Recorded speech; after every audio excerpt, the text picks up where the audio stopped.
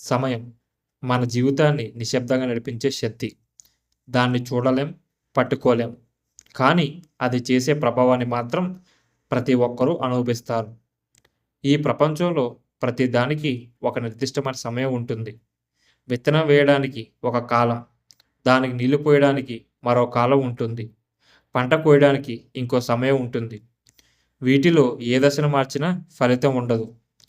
ఇదే నియమం మన జీవితానికి కూడా వర్తిస్తుంది. మన జీవితంలో అవకాశాలు తలుపు తడతాయి. అవి పెద్ద శబ్దం చేయవు. ఇప్పుడే రా అని బలవంతం చేయవు. నిశ్శబ్దంగా వచ్చి మన నిర్ణయాన్ని ఎదురుచూస్తాయి. అప్పుడు మనం భయపడతాం. నేను చేయగలనా? ఇప్పుడు అవసరమా? రేపు చేస్తే సరిపోదా? అని మనమే మనకు అడ్డుగా నిలబడతాం. అలా ఒకరోజు ఆలస్యం, మరో రోజు నిర్లక్ష్యం, ఇంకో రోజు అనుమానం. అంతే. ఈ అవకాశం వెనక్కి వెళ్ళిపోతుంది.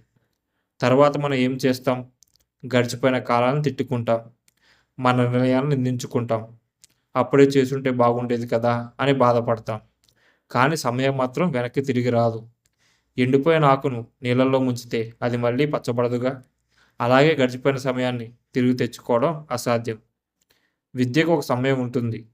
పోరాటానికి కూడా ఒక సమయం ఉంటుంది. సహనానికి ఒక సమయం ఉంటుంది. నిశ్శబ్దానికి కూడా ఒక సమయం ఉంటుంది.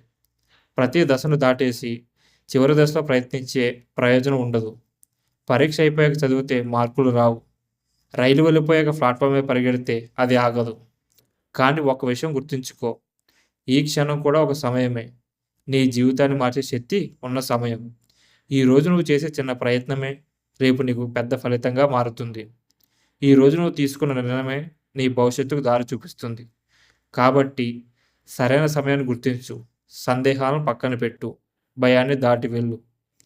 ఎందుకంటే సమయం గడిచిపోయాక ఎంత ప్రయత్నించినా అది వృధానే. కానీ సమయాన్ని గౌరవించేవాడికి జీవితం తానే తల వంచుతుంది.